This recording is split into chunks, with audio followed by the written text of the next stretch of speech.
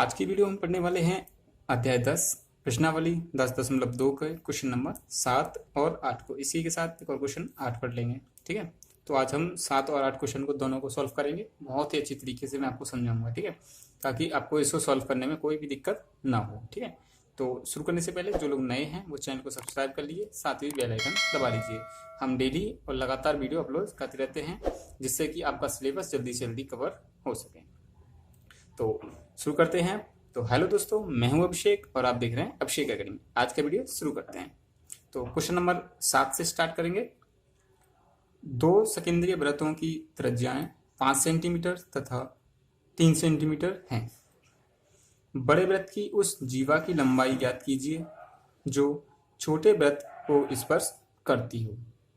तो हमें एक क्वेश्चन देखना है, आपने पढ़ लिया होगा अच्छे से क्वेश्चन। ठीक है, तो मैं अब चलता हूं आपको आंसर की तरफ, इसके सॉल्यूशन की तरफ। ये ओके, चलिए मैं आपको एक बार क्वेश्चन और दिखा देता हूँ। ये यहाँ से देखिए, अब कह रहा है दो सकेंद्रीय वृत्तों की त्रिज्या है। ठीक है, सकेंद्रीय का मतलब होता है, आप ये समझ लीजिए, सकेंद्रीय का मतलब होता है एक ही केंद्र जिस पर एक से अधिक वृत्त बने हों।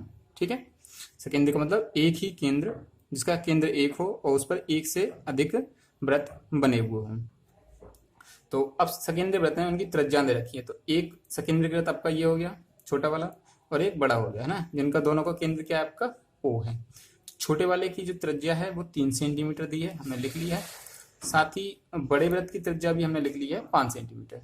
ठीक है, कह रहा है कि उस बड़े वृत्त की जीवा हमने खींच ली है यहाँ से। ये PQ हमने इसकी जीवा खींच ली है बड़े वृत्त की, जो कि छोटे वृत्त को स्पर्श करती है। किस बिंदु पर? बिंदु 1 पर। ओके, इतना आपको समझ में आ गया। तो ये आराम से आप बना लेना। अब देखिए, सबसे पहले लिखेंगे कि जो हमें दिया हुआ है वो लिख लेते हैं। इसके सॉल्यूशन की तरफ चलते हैं। दिया है, ठीक है, तो क्या क्या दिया है आपको? त्रिज्या दी है, त्रिज्या आपको OA बराबर 3 सेंटीमीटर और त्रिज्या OQ 5 सेंटीमीटर। ठीक है, और हमें क्या ज्ञात करना है? इसकी पूरे की लंबाई हमें ज्ञात करनी है, P और Q। PQ हमें ज्ञात करना है। ठीक है, चलिए अब देखिए, एक छोटी सी बात आप समझ लीजिए। ये सब हो गया आपका। ठीक है, तो अब देखिए, जो ये त्रिज्या है आपकी, ये त्रिज्या जो है वो स्पर्श रेखा, यानी कि जो जीवा है इसकी, इस पर ये लंब है। ठीक है, जब लंब हो जाएगी तो ये जो कोण है आपका 90 डिग्री हो जाएगा। ठीक है, तो अभी तक आपने थ्योरम नंबर 10.1 नहीं देखी है तो देख लीजिए, जिससे आपको ये समझ में आ जाएगा। 90 डिग्री हो जाएगा, तो 90 डिग्री हो जाएगा तो ये OAQ, ये जो त्रिभुज है, ये कैसा त्रिभुज बन जाएगा? आपका समकोण त्रिभुज। ठीक है, जब ये समकोण त्रिभुज बन जाएगा तो इसमें हम पाइथागोरस प्रमेय लगा देंगे और उसके द्वारा हम इस दूरी को, यानी ये वाली जो रेखा है, उसको हम निकाल लेंगे। ठीक है, चलिए निकाल लेते हैं इसको हम। तो चूंकि समकोण त्रिभुज OAQ में आपका पाइथागोरस लगाएंगे हम, पाइथागोरस प्रमेय से। ठीक है, एक चीज आपको ध्यान रखनी है कि जो OA है ये लंब है आपका PQ पर, है ना। ये OA लंब है आपका PQ पर, तभी तो आपका ये 90 डिग्री बनेगा। ठीक है, ये आपको ध्यान रखना है प्रमेय नंबर 10.1 के अनुसार। पाइथागोरस लगाएंगे तो पाइथागोरस प्रमेय क्या होती है आपकी, कि कर्ण का स्क्वायर बराबर होता है आपका लंब के स्क्वायर के और आधार के स्क्वायर के। ओके, अब आपका देखिए, ये कर्ण है, ये लंब है और ये आपका आधार है। ओके, तो हमें आधार निकालना है, तो आधार का इसमें से फॉर्मूला बना लेते हैं। तो इधर आधार का स्क्वायर बराबर हो जाएगा, कर्ण में से अगर हम लंब को घटा दें तो हमें आधार की दूरी पता चल जाएगी। ओके, तो देखिए, कर्ण कितना दे रखा है आपका 5, तो 5 का स्क्वायर कर लेंगे। लंब का दे रखा है 3, तो 3 का स्क्वायर कर लेंगे। और ये यहाँ पे आधार को A लिख देता हूँ मैं, है ना, A का स्क्वायर। अब देखिए, 5 का स्क्वायर होता है आपका 25 और 3 का स्क्वायर होता है 9। 25 में से जब हम 9 कम करेंगे तो ये आएंगे आपके 16। ये आ गया a का स्क्वायर यानी कि आधार का स्क्वायर। अब इस पर स्क्वायर चढ़ा हुआ है तो इसको स्क्वायर हटाऊंगा तो इस पर अंडर रूट चढ़ जाएगा। ये a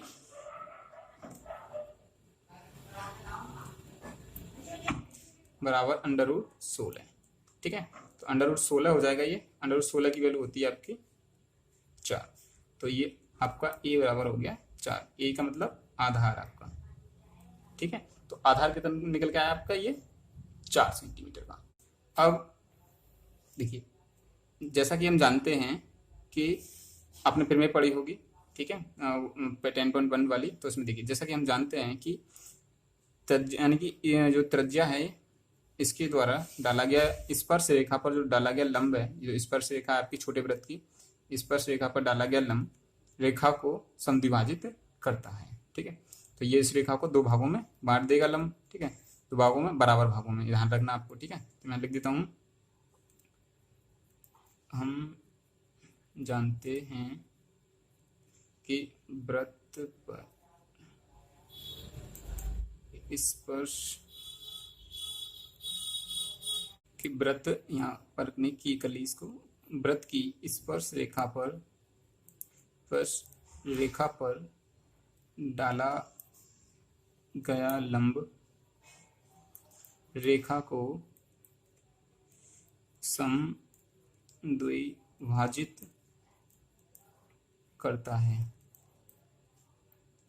ठीक है, समद्विभाजित करता है। अब ये समद्विभाजित करता है तो देखिए, अब ये आपको समझ में आ गया। अब देखिए, हमें निकालना है ये वाला पूरा पी क्यू। अब पी क्यू किस किस से मिलकर बना है आपका, ये ध्यान दीजिए, चूंकि पी क्यू आपका मिला है बन गए पी ए से और ए क्यू से। ठीक है, पी ए से और ए क्यू से मिलकर क्या बना है आपका, ये पूरी लाइन बनी है। ठीक है, देखिए अब इसमें से किसकी वैल्यू आपको पता है, ए की पता है ना। ए की वैल्यू आपको इसमें पता है, तो ए की वैल्यू हम रख देंगे, कितनी होगी आपकी, ए क्यू ये है आपका 4। जैसा कि मैंने अभी बताया था, ये समद्विभाजित करेगा तो ये 4 है, तो ये भी आपकी 4 होगी, तो इसकी वैल्यू 4 रख लेंगे हम। तो पी क्यू बराबर आ जाएगा आपका 8 सेंटीमीटर। ओके, तो इस तरीका से इसको निकाल लेंगे। समझ में आ गया? तो बहुत ही आसान तरीके से इसको मैंने समझाया है, आशा करता हूँ आपको समझ में आ गया होगा। क्वेश्चन नंबर 8 है, एक वृत्त के परिगत एक चतुर्भुज ABCD खींचा गया है। सिद्ध कीजिए कि AB प्लस CD बराबर है AD प्लस BC के। ठीक है, ये आपको सिद्ध करना है। तो ये एक वृत्त है आपका वो केंद्र वाला। ठीक है, और इसके परिगत मतलब इसको छूता हुआ एक चतुर्भुज बनाया है ABCD। तो हमें दिखाना है कि AB प्लस CD प्लस, और ये दोनों AB प्लस CD यानी AB और CD बराबर है आपके AD और BC के। ठीक है, ये आपको दिखाना है। तो इसको समझने के लिए आपको क्या करना है, सबसे पहले जो प्रमेय है आपकी कौन सी, 10.2, ये आप देख लीजिए ताकि यह क्वेश्चन आपको अच्छे से समझ में आ जाएगा। ठीक है, तो शुरू करते हैं। देखिए, जैसा कि हम जानते हैं प्रमेय 10.2 के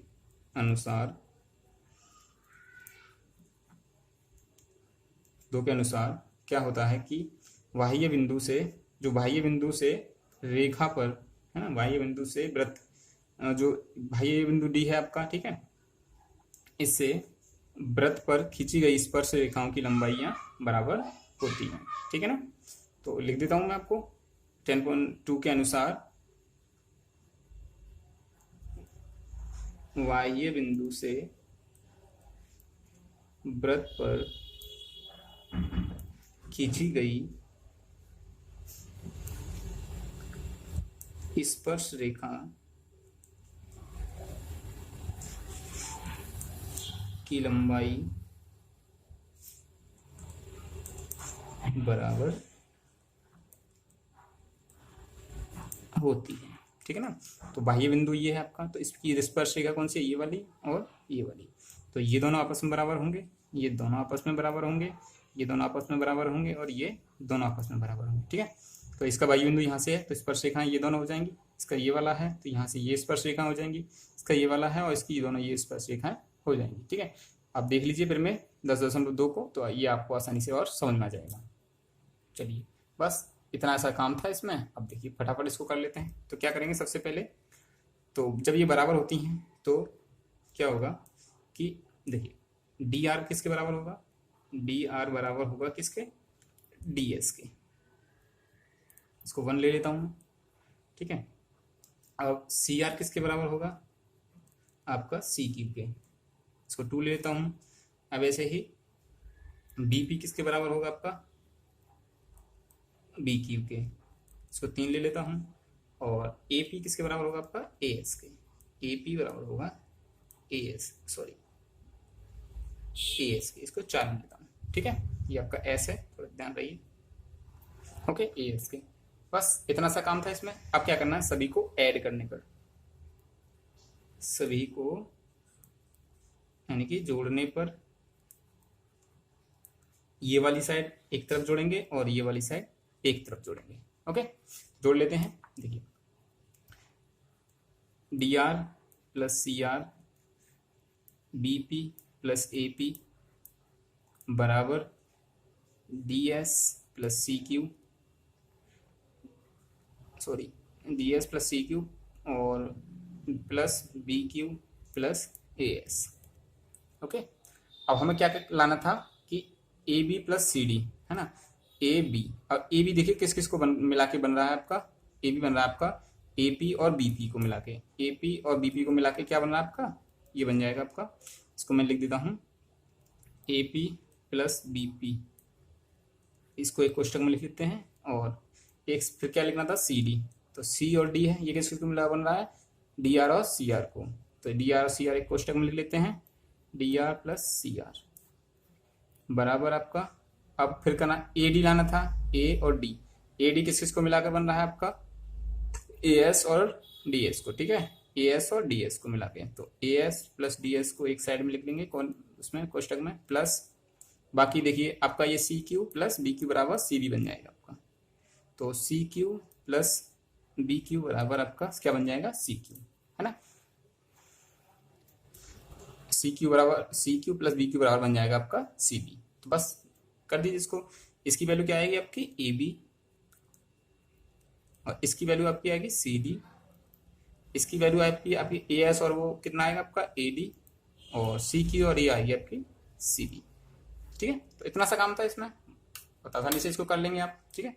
तो आशा करता हूँ वीडियो आपको अच्छा लगा होगा, दोनों क्वेश्चन आपको अच्छे से समझ में आ गए होंगे। तो वीडियो अच्छा लगे तो लाइक शेयर कर दीजिए दोस्तों में ज़्यादा से ज़्यादा, ताकि सभी तक नॉलेज पहुँच सके, ठीक है, अच्छे से आप बच्चे भी सीख सकें। और जो लोग नए हैं वो चैनल को सब्सक्राइब कर लीजिए, ठीक है। और एक काम जरूर करिएगा, वीडियो को ज़्यादा से ज़्यादा आप शेयर जरूर करिएगा। अपना ख्याल रखें, अच्छे से पढ़ते रहें।